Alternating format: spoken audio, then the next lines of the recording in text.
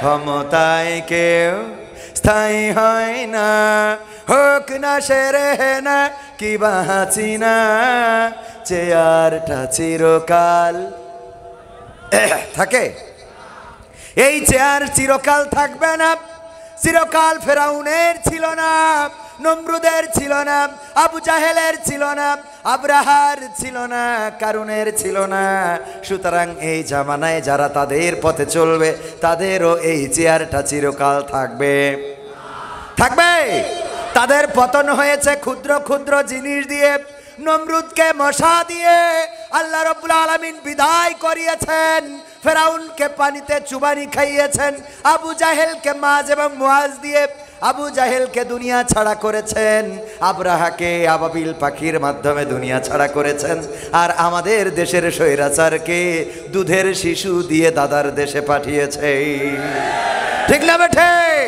যাদের হাতে কোনো অস্ত্র নাই, যাদের হাতে বন্দুক নাই, কামান নাই, গোলা বারুদ নাই, টিয়ার শেল নাই, কাঁদানে গ্যাস নাই, কোনো কিছু নাই, শূন্য হাত ছুটে চললেন সবাই রাজপথে।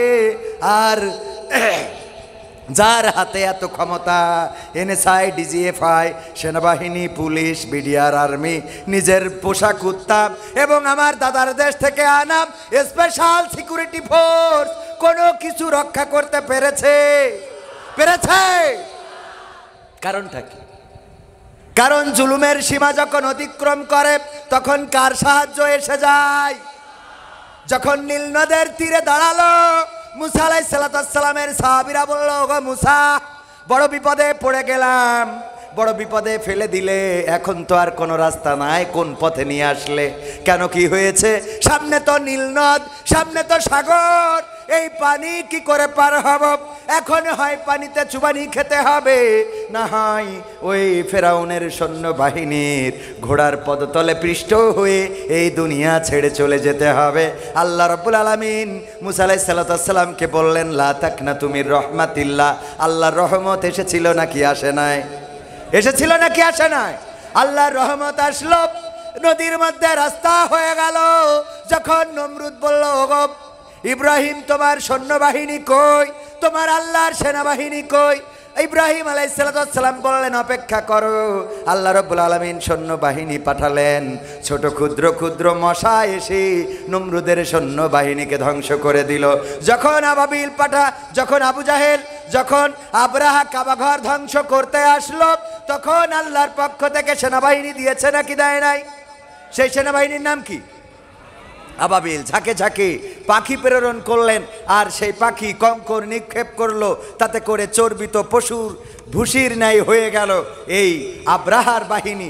আর বর্তমান তাদের প্রেতাত্মারা এই বাংলাদেশ ছাড়তে হয়েছে। এই জন্য আমি বলেছি, ওগো আমার ভাইয়েরা, সাহস নিয়ে দাঁড়িয়েছ তাই মুক্ত হয়েছে জমিন, সাহস করে দাঁড়ালে আর একবার কায়েম হয়ে যাবে দিন। ঠিক না বেঠে? হাত উঁচু করে বলেন, ঠিক না বেঠে? সাহস নিয়ে দাঁড়িয়েছ তাই মুক্ত হয়েছে জমিন, সাহস করে দাঁড়ালে আর একবার কায়েম হয়ে যাবে দিন। নয় নয় নয় আর কোনো ভয়, আনতে হবে দিনের বিজয়। নয় নয় নয় আর কোনো ভয়, আনতে হবে দিনের বিজয়, দিনের বিজয়। যারা ভেবেছিল ছাড়বে না আর ক্ষমতার ওই মাসনদ, দেখেছে তারা রবের পাকড়াও কি করে করে নাস্তানাবুদ। যারা ভেবেছিল ছাড়বে না আর ক্ষমতার ওই মাসনদ, দেখেছে তারা রবের পাকড়াও কি করে করে নাস্তানাবুদ। তাই নয় নয় নয় আর কোনো ভয়, আনতে হবে দিনের বিজয়, দিনের বিজয়। মানুষের সাথে যারা করেছে দুশ্মনী, করেছে বাড়াবাড়ি, দেশের বুকে তাদের হয়নি তো জায়গা, যেতে হলো মামার বাড়ি। মানুষের সাথে যারা করেছে দুশ্মনী, করেছে বাড়াবাড়ি, দেশের বুকে তাদের হয়নি তো জায়গা, যেতে হলো মামার বাড়ি। তাই নয় নয় নয় আর কোনো ভয়, আনতে হবে দিনের বিজয়, দিনের বিজয়। কাবা রক্ষায় যেই মহারব পাঠিয়েছিলেন আবাবিল, আজও তিনি দয়াময় তেমনই আছে, বদলেনি তো এক তিল। ঠিক না বে ঠিক? বিশ্বাস হয় না? কাবা রক্ষায় যেই মহান রব আবাবিল পাঠিয়েছিল, তিনি কি এখন বৃদ্ধ হয়েছেন? নাউজুবিল্লাহ, বৃদ্ধ হন নাই, বয়সও হয় নাই, বরং যেমন ছিলেন তেমন আছে।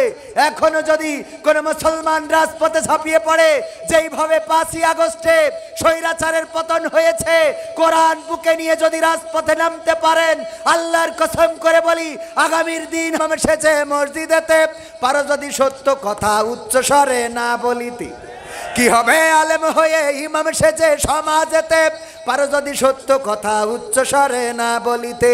চাকরির ভয় করো যদি ছেড়ে দাও ইমামতি, চাকরির ভয় করো যদি ছেড়ে দাও ওই না গদিব, কি হবে ধোকা দিয়ে আল্লাহকে, কি হবে ধোকা দিয়ে আল্লাহকে, কি হবে বেঁচে থেকে অযথা বিদ্যা শিখে যদি না গড়তে পারি শোষণবিহীন সমাজটাকে, কি হবে বেঁচে থেকে। ঠিক না?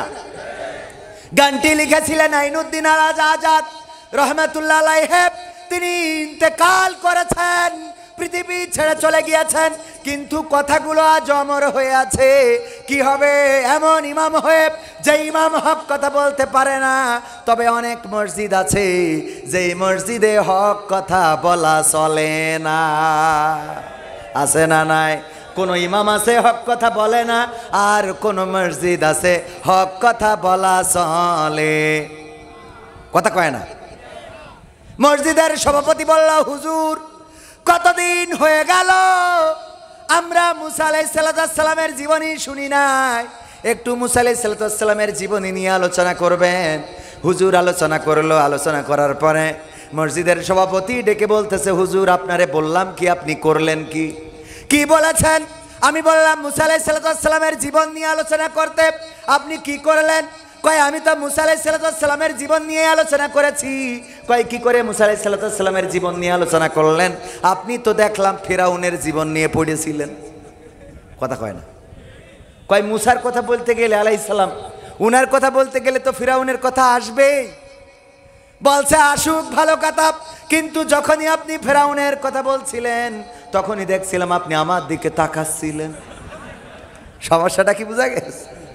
আমার দিকে তাকাচ্ছিলেন, মনের মধ্যে দোষ আছে না নাই? আবু জাহেলের কথা বললে একদল মনে করে ওদের কথা বলা হচ্ছে, আব্রাহার কথা বললে মনে করে ওদের কথা বলা হচ্ছে, নমরুদের কথা বললে মনে করে ওদের কথা বলা হচ্ছে, ফিরাউনের কথা বললে মনে করে ওদের কথা বলা হচ্ছে। আসলে ওদের কথা বলা হয় না, কিন্তু ওদের অন্তরে এই জাতীয় ভয় আছে না নাই? কারণ চোর যে করে, মিজান ডাক্তার চোর ধরার জন্য কাঁঠাল চোর কাঁঠালকে চুরি করেছেন, চোর ধরার জন্য বুদ্ধি করে বললেন কাঁঠাল চোর, আর কেউ